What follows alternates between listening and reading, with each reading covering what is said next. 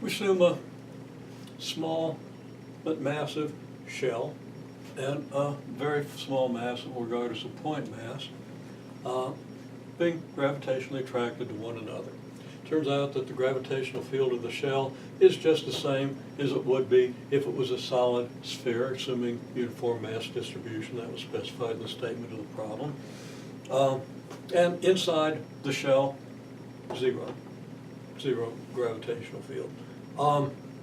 If this mass is released from this point, and if there's a couple of holes in this shell so that the mass can pass through, question is, do you have something like simple harmonic motion? Do you have harmonic motion?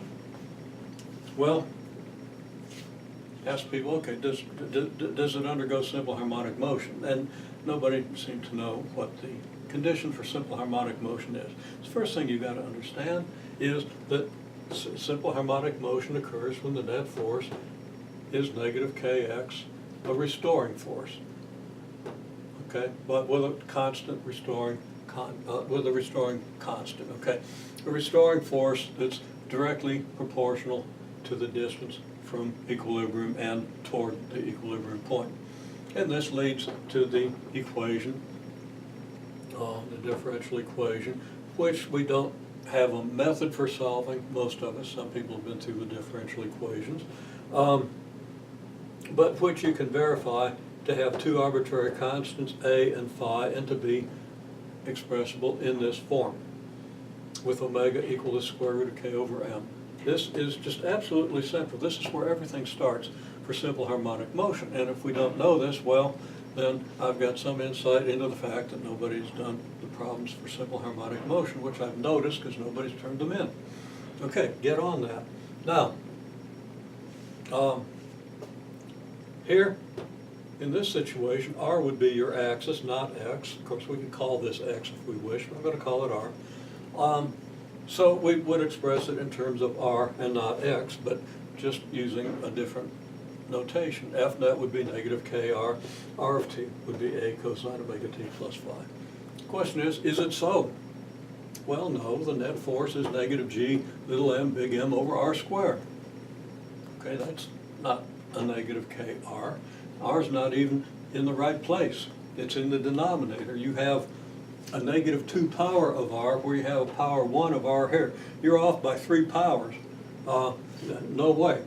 This force gets weaker as you get closer to the equilibrium position, as r would decrease if this was the form of the force. In this case, the closer you get, the bigger the net force gets, and it grows very rapidly as you get close to the point of equilibrium. The force is in this form, negative k over r squared, not negative kr. This is not simple harmonic motion, but it might be harmonic. We haven't decided that yet. The equation would be this. Well, that's not an equation that you're even remotely expected to be able to solve. It's even a little advanced for our differential equations course, unless we come at it backwards, which we ultimately do.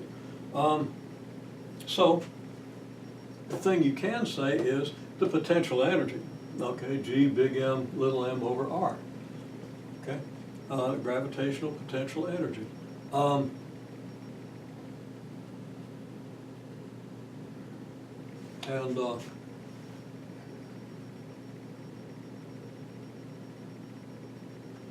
It's actually,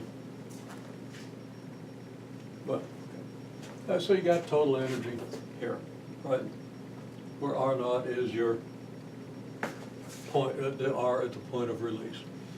So the kinetic energy is what? At any given point, it's the total energy minus the potential energy at the distance r.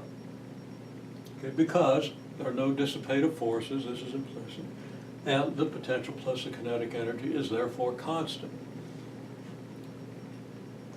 That all follows from energy considerations, and this allows you to get something of a handle on the motion of the object.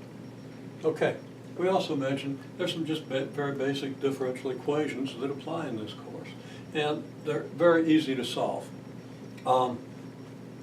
This one, of course, is just mass times acceleration equals net force. This is Newton's second law.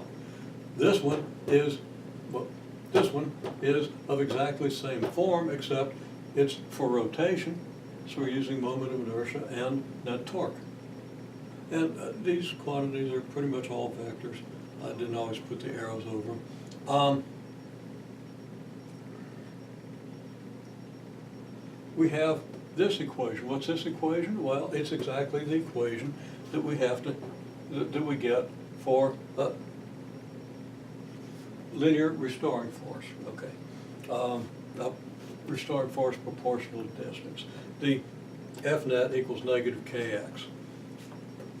Very easy to solve, well, if you know the solution. If you know the solutions of this form, you can at least verify the solution.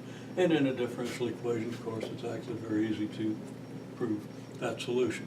And this equation is exactly the same as this, except we're using I and theta instead of m and x.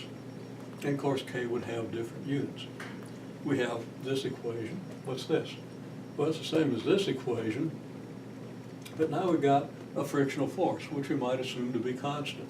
Actually, wouldn't be constant because it would keep changing direction as the direction of motion changed. So we'd have to deal with that also. But that's not hard to deal with. Okay, so it's very easy to write down solutions to this, and not all that hard to figure out solutions to this, and we're probably going to talk about it.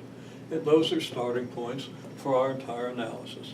They're consequences of Newton's second law, very fundamental.